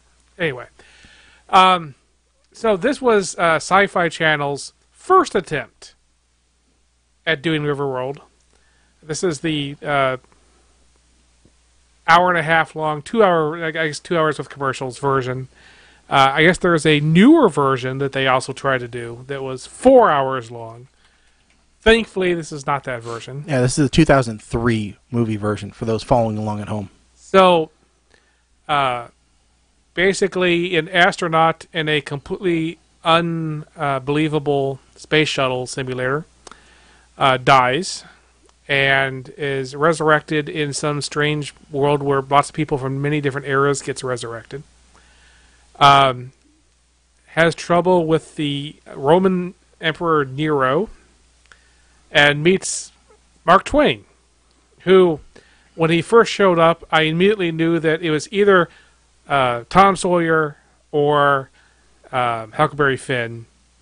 But then as soon as the name was said, I was like, oh, of course, it's actually Mark Twain himself. Duh, the other two people are not real characters. This is the worst dubbed movie I have ever heard. The entire movie apparently was dubbed because none of the dialogue matched what was happening at the time. But I'll just say also some of the special effects were pretty laughable, but I'm not sure if that's because they were bad or if because Sci-Fi had already decided they weren't going to make it a series, and so they never bothered to make them any better. There's not so much more to say about this movie other than it was pretty much methyl, because the only bad thing I can say about it is how bad the voice recording was. And I can't really say anything good about it because nothing actually happened. But that's because it's pretty much just meant to be a pilot. I will say, if they had made a series out of it, I probably wouldn't have watched it. So you gave it a meh? Is that what you gave it? Yeah, it's a meh. Meh. Okay. The standard. I can't get worked up about it. It just was mehful. All right. New word. Mehful. All right. Care if I go next, Mike, and then you can wrap it up? Go right ahead. When we think of opposites, some are pretty easy. Cat to dog, day to night, male to female, and now we can add River World to good movie. I have to claim responsibility for this disaster because I believe I added it to our list, and for that I deserve 50 lashings. In about the only similarity like The Saint from our last review segment, River World was a pilot, this time made for Sci-Fi Channel for a series that never took off. The pilot and the TV series was to be loosely based on the 5-book series of the same name by Philip Jose Farmer. Thank you. The plot for the movies and books being that after death, select individuals are resurrected in a new world which contains a single continent divided by a river. During this 1.5-hour pilot, we basically navigate portions of the first and second book, establishing that this has been happening for some time and that individual resurrections contain a mixture of humans from across all time. We are shown our main hero, a former astronaut Jeff Hale, who becomes the leader of the group of some new and existing resurrected people. Following their adaptation to this life, which is complicated by the resurrection of former Roman ruler Nero, who instantly takes a displeasure for Captain Hale and sees him as a threat to his rebuilding of Rome on this new world. There are several discoveries and some small battles, along with the Jailbreaker 2, and the introduction of an alien who supposedly died on Earth as well. Plus, we learn that resurrected people aren't the same age or condition as when they died. This all leaves a lot of questions, and during which we see mysterious hooded creatures who occasionally aid Hale but are seen by no others. Toward the end, we learn a few more names of resurrectees, and the good guys take off away from the Horde in a gem-powered steamboat. Yeah, about as silly as it sounds. Even though this movie is only about 90 minutes, boy, it sure seemed to drag on. And with its obvious hoping for a series cliffhanger ending, it should have left me wanting more, but all it really did was leave me thankful it was finally over. I didn't ripcord, and I sat through the whole thing. But don't ever think I'm going to watch this gutter trash again. A very strong puke is due to this crapfest. All right, Mike. All right, so I'm watching the credits and I'm like, wait, Kevin Smith is in this? No, it's a different Kevin Smith. Not Silent Bob. The dead Kevin Smith. Dead Kevin Smith, yeah. The lead actor in this was very close to getting my dollar store moniker. But then I realized I recognized him from Flight of the Intruder, which is a movie that I actually like, so he's spared. At this point, I start Googling a little bit, or I notice when I go to IMDb to look up the actor and make sure it was the guy, it was Jake from, or Cool Hand from Flight of the Intruder. That's when I found out that this was supposed to be a TV pilot. And it was a sci-fi TV pilot, which right away tells me this is going to suck. And sci-fi, I don't understand why they even tried again in 2010, but sure. Now everybody's starting to show up on the beach, and my biggest thing is, how come Caveman doesn't have pants?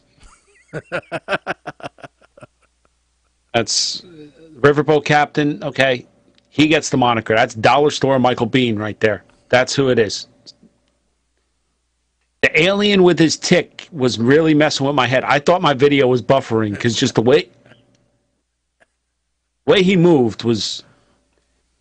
And when we find out that the main bad guy's Nero, I'm like, oh, he's gonna burn this bitch to the ground too. I don't know. Nero finds the boat thanks to a traitor in their midst. Of course, didn't see that one coming. And at this point, I jumped to the end just to see how it ended because really. It was so generally boring that I couldn't even take it anymore. But I didn't really want to tap out. I don't want to waste a tap out because I know what's still on the list to be reviewed. I could see how this had the potential to be a long-running series with the whole resurrection things. And I get that it was based on a series of books, you know. This almost seems to be a poor attempt to use a similar plot device to Once Upon a Time. That you have all of these historical characters, or a better example would be the League of Extraordinary Gentlemen. where you have all of these historical characters that nobody has copyright or trademarks on, that you can just randomly pull in to a bad series. I'm with Shaggy that this gets a puke. But beyond the shadow of a doubt, this gets a puke. And sci-fi really just needs to stop trying to adapt novels to the screen and just stick to original science fiction themes. Because I think they've had some good hits with The Expanse, and this one just no. Okay. Okay. Mama Blair sent this one in about Nero, and that's true. Yeah, it's true. His sneer was, and his accent. I could have sworn I had seen him in other things, but then I looked up his bio, and I didn't recognize a whole lot. But he's one of those actors that you've seen him in stuff, but he was never a lead character. He was always just on the side. Of course. So, yeah. I did not in any way like this thing. I just couldn't find myself giving it anything other than a meh, because it just... There's nothing in it that angered me. But there was it just... Whether I had watched it or I had just fallen asleep had made about the same difference to my mentality. Yeah. All right. Security is up next. You guys care if I go first on this one? Go ahead. Go right ahead. All right. Starting off, security. Starting off with an all too real world problem of a veteran who returns home only to find himself suffering from PTSD and scared that he may harm those around him. This movie immediately makes you start caring about Eddie Deacon, played by Antonio Banderas. This down-and-out former soldier wants to face his own demons, straighten out his life, and then return home to his wife and daughter. I mean, who couldn't already be on this guy's side from 10 minutes into this movie? Cut scene to an FBI escort of a package, which goes terribly wrong, and we find out there's a young girl in FBI custody who is being hunted by some seriously bad dudes. I mean, like Hans Gruber from Die Hard type bad guys. Intelligent, diabolical, conniving, all the most Lex Luthor type qualities are wrapped up into Charlie, played by none other than Ben Kingsley, who's famous for playing the British baddie. Now, back to our veteran, who's finally gotten a job as a minimum wage nighttime mall security guard. Although one has to ask why a closed mall needs 5 guards to work the night shift. However, tonight they'll be very happy they have that many and wish they had about 100 more. Because where does the girl from the FBI convoy run to while escaping the botched FBI convoy? Yes, of course, the closed mall. So now it's up to this extremely ragtag group of rent-a-cops to protect this young girl from paid mercenaries bent on killing not only her but everyone in their way, all led by a brilliant coordinator. Now, I will be honest and say from the outset I was expecting a lot from this movie, given both Kingsley and Banderas being involved, and I'm happy to report that apart from one extremely blaring issue, I was not disappointed. I will say that if you like Die Hard, Taken, Under Siege, Toy Soldiers, or Lethal Weapon, then you'll most likely enjoy this film. For me, at least, this ranks right up there with Zorro for one of Banderas' best performances. I not only give this movie a smile, but I'll say the wife and I watched this together, and even she enjoyed it, so that's a ringing endorsement if I ever heard one. Not quite Schneike's, but probably as close as we've gotten to in a while. Oh, and that one blaring problem, there's no way that guy gets shot like 6 times in the chest and then hauled out in a stretcher with a big salute at the end. That dude is dead. All right. I'll go next. Oh, yeah, okay. Yep, I'm done. Okay, so Antonio Banderas plays Eduardo Eddie Deacon, who is a army captain who can't find a job. That's kind of, even if he is having PTSD, that's kind of weird for a captain, because captains are pretty, I mean, that's a pretty high-level job. It's pretty easy to get a job after that. Anyway, doesn't matter. So he gets, I liked the beginning scene with that character. I thought that was a great scene, because the Antonio Banderas character is trying to get a job. He's having trouble finding jobs. He goes into some kind of veterans job finding place. and manages to convince someone that he's actually willing to take an entry-level position, who's basically going to be a security guard in a mall. Now, side note, Shaggy, what's funny enough is they actually asked that question, why do they have so many security guards? And he answered the question because this mall, which for some reason is located in Europe, is surrounded by multiple cities where a lot of meth heads are. Right, yeah. So they have to protect that. By Europe, I mean, so they're in this mall somewhere in America because there's FBI and there's bad guys chasing a witness. But the mall itself is definitely in Europe because everything sold there, including the Smeg appliances, aren't actually available in the U.S. Now, considering that the Smeg appliances show up many times, I have to guess that much of the $15 million budget of this film was actually paid for by Smeg. So Antonio Banderas' character gets to work, and he gets met by Vance, played by Liam McIntyre. Now, Vance, of course, is misnamed. His name is obviously Vince. And I was really, really, really disappointed that at no point in all the action scenes does Vince use ShamWows to defeat any of the bad guys.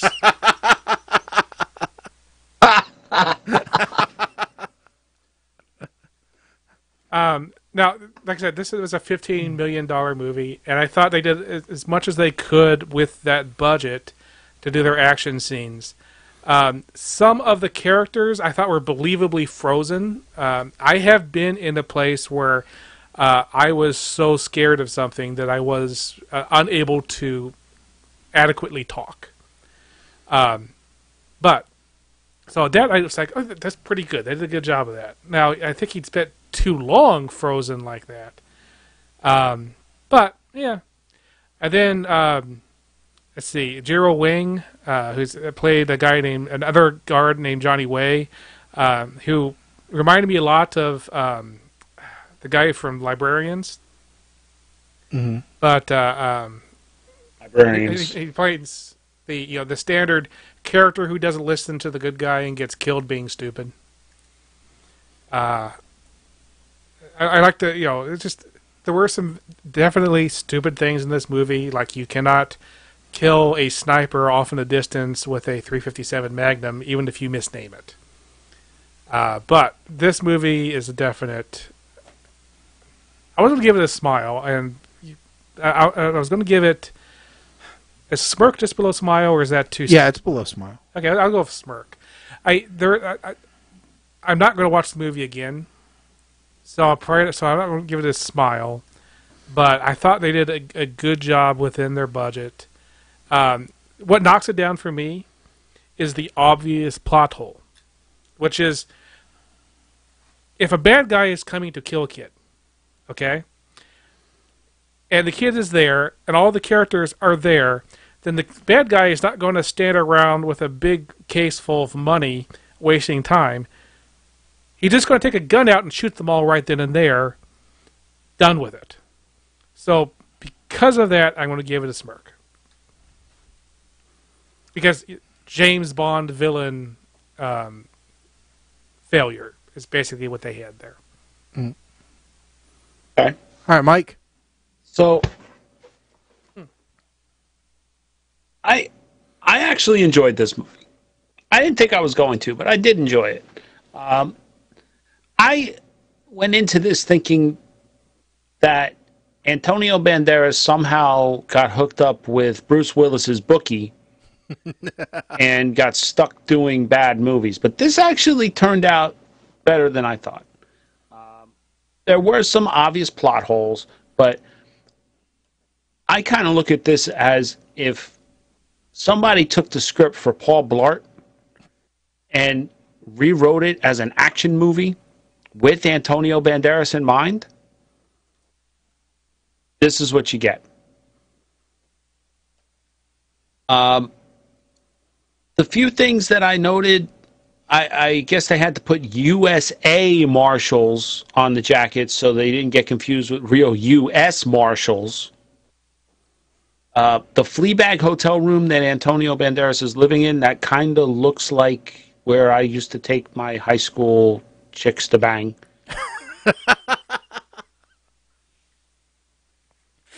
I'm actually, I was a little bit shocked that the uniform they had for Eddie when he arrived fit him so well. I mean, that's a pretty big coincidence right there. I mean, uniforms are not one size fits all, but that fit him pretty good. I want to know who the ninja guy with the axe is, who seems to be able to take as many hits as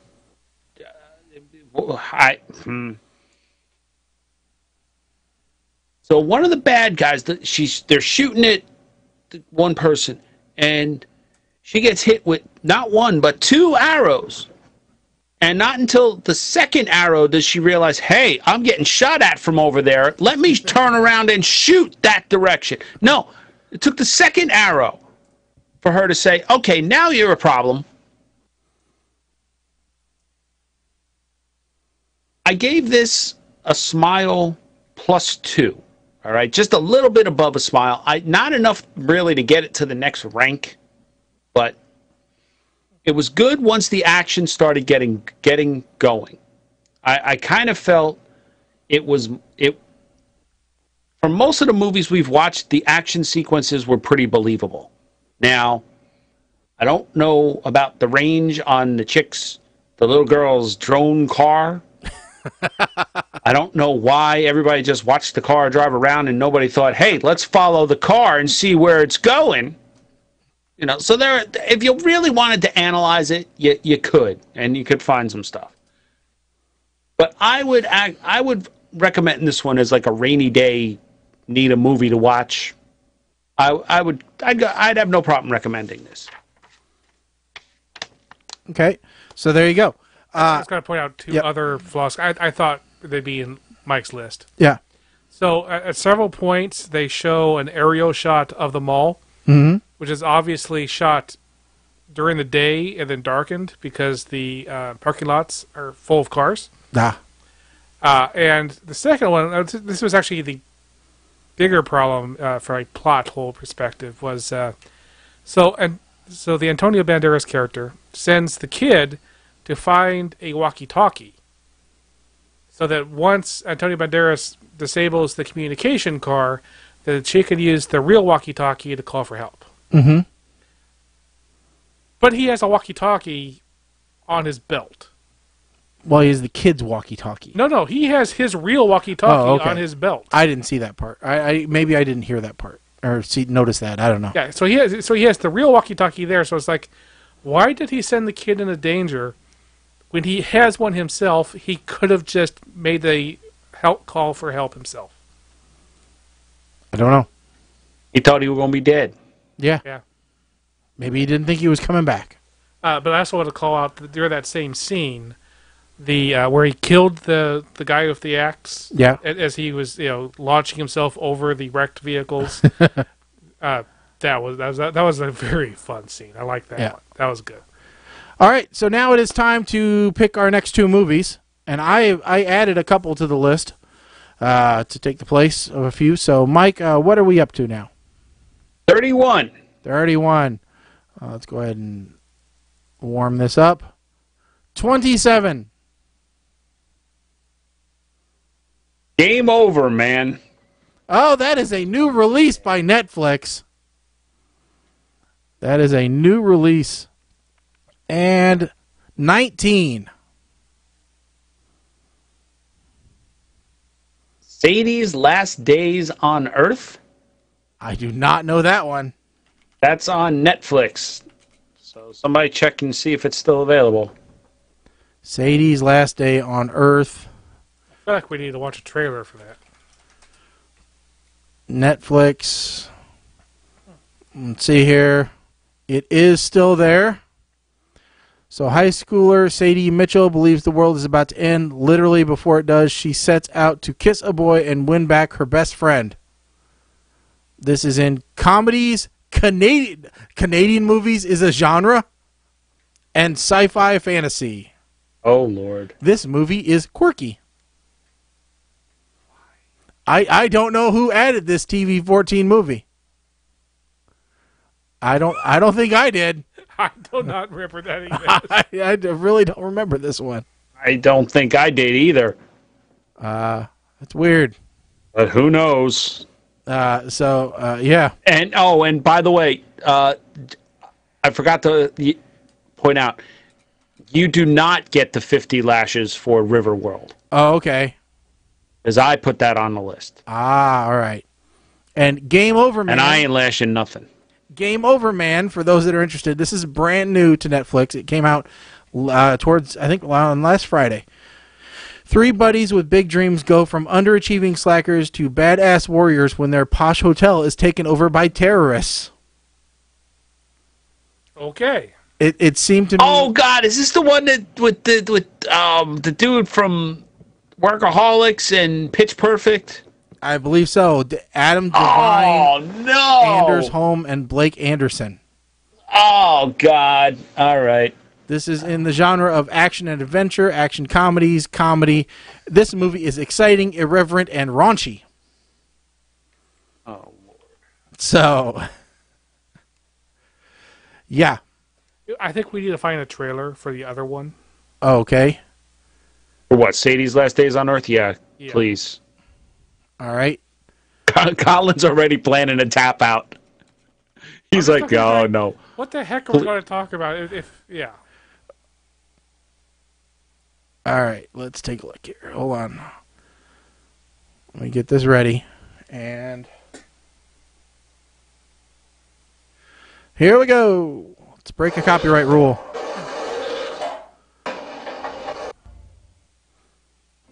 Sorry days, the world is going to end as we know it. My name is Sadie Mitchell. I'm keeping this log, so if I don't make it, whomever inhabits this world in the future will have a sense of our unpreparedness. Morning, sweetie. Ready for another big week? One of the last. What started as a school assignment has become a minor... Sadie! Distraction. Okie dokie. I've decided before there's nothing and no one left, I need to make a list of a few things I should accomplish. It's called a bucket list. Not a bucket list. It's a list for before everyone else dies. One last bash before the big smash. Now, please don't discredit me as a hormonal adolescent. I want to kiss a boy. Don't put all your eggs in one basket so early in life like I did, Sadie, or they'll go bad, you won't be able to procreate, and no one will want you. There's some advice. Your eggs of decades, and young love is a beautiful, passionate thing. But most importantly, I don't want to be the sole survivor. I want my best friend back. You need to figure out you before there's an us. I just want to make things right before... I don't want to hear before or when. The world isn't going to end, Sadie. Everything in high school is the end of the world. But I'm going to survive. Can't you smell it? Disaster's in the air. Please don't.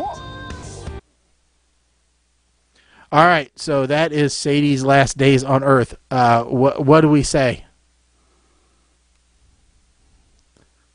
I'll acquiesce to you guys' decision on that one. I just don't know what to say about it. I mean, how do we review that? Yeah, I think we're going to have problems with this one. I really do. What, because we're not 14-year-old girls? Yes. Yeah. All right. How about 22, Mike?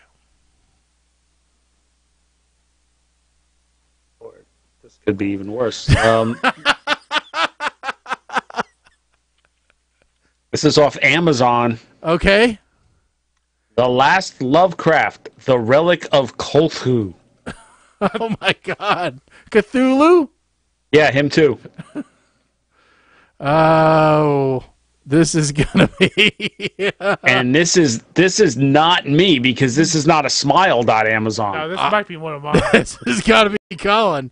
It's got 3.5 stars. Jeff finds out he is the last living relative of horror novelist H.P. Lovecraft. What he doesn't know is that Lovecraft's monsters are real and will soon threaten the existence of mankind. Jeff and friend Charlie embark on an adventure and enlist high school acquaintance Paul, a Lovecraft specialist. Together, the three must protect an alien relic and prevent the release of an ancient evil. Well, at least it's only 80 minutes long. Starring Matt Bauer, Honor Bliss, Sauda Day, or actually starring Kyle Davis and David McGinn, who I've never heard of. Boy, it's got a smattering all over the board from 5 stars to 1 star. Scroll back up a little bit. Yeah. It says right there, if you love purposely bad horror comedy, then this is your jam. I guess that's our jam. I believe that's the review that we put it on there. That is our jam. Okay, that's replacing Sadie's Last Days on Earth. Yeah. Okie dokie. So, yeah. Okay. Okay, dokie. So there's our two shows. So we're gonna watch those for the next episode. Feel free to watch along, watch those, and have your opinions for the next show. Don't forget, as always, PTRradio.com is the website you can go to check out everything about the show. Also find us on social media, PTR Radio, for Facebook, Twitter, Instagram, you name it, we're on there. And, by the next show, we will have the phones up, and I'm going to tell you right now, we're going to be running a contest. We're going to be looking for the most interesting phone call to come in during the show. And the most interesting phone call will receive some merch from our friends at Ski. That's right, we have some keychains and some koozies to give away. So we will give those away to the most interesting phone call during the next live show. So get ready to dial the number on the next show. Make sure everybody that you know is listening, so that they can help vote your call to be the most interesting call of the show. Has to be on topic, and it has to be intriguing. So is the next show going to be April 9th? That's what it's currently scheduled to be. Is there a problem with April 9th? Oh, no, I just making sure because we didn't say. Yes, the next show will be April 9th. From 6 to 8 Central or 7 to 9 Eastern. So make sure that you tune in then. April 9th, we'll be giving away some swag. So make sure that you tune in then. With that said, I'm Shaggy. I'm Colin. I'm Mike the Ape Man. Stick a fork in us, folks. We are done. Later.